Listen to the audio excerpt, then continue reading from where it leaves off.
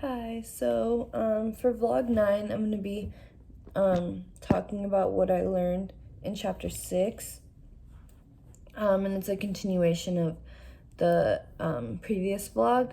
So in this part, I learned that there's 5 steps that you should take in order to make sure that you have like the attention of your audience, and to make sure that you've hooked them in.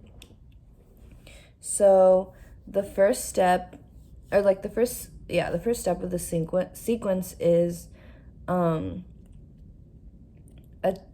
attention. So this, you're just like you're giving attention to the problem that you're going to be talking about, and then this is like, it's obviously necessary. And then the second step is need. So this demonstrates like why the problem needs to exist, or like the problem you're talking about, like why it exists.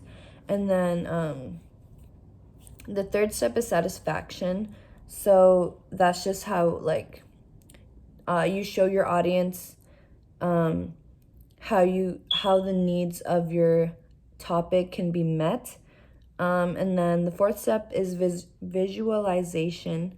So with that, you describe, you concretely describe what will happen if the problem isn't solved, like the problem that you're talking about. And then the fifth step is action. So it's you're giving like an incentive for your problem that you're talking about. And then it talks about introductions and conclusions. So like with, it's just no matter what structure you choose for your audience, the introduction and conclusion are going to be the same. So the introduction is just, it's like a brief, you introduce your topic, you give it attention, and then it's just like and then you give a brief overview of what you're going to be talking about. And then the conclusion, you briefly summarize everything that you talked about. And then you make sure that the purpose of your essay stays in the reader's mind. So you want to end off with like a really good sentence. And then with all like these steps, there's 3 different types of structures that you can use when you're presenting your topic. So the first structure is called a deductive structure, and this is just it's like the most basic one. It helps you avoid ambiguity or misinterpretation, and it's really honest and straightforward. And I think one time I was giving a speech, and I used that kind of structure for the audience.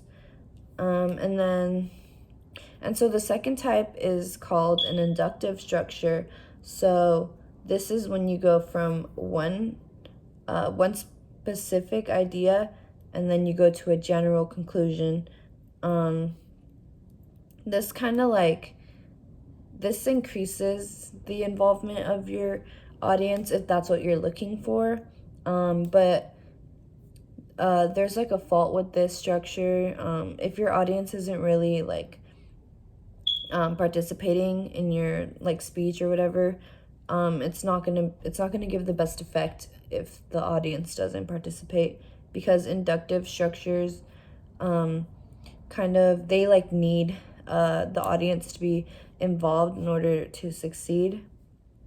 And then the third type of structure that I learned is called a two-sided or a refutative structure. So with this structure, you're exploring all of the different opposing arguments for your topic. So you talk about so you have your topic, and then you talk about all of the different views that people can have on that topic.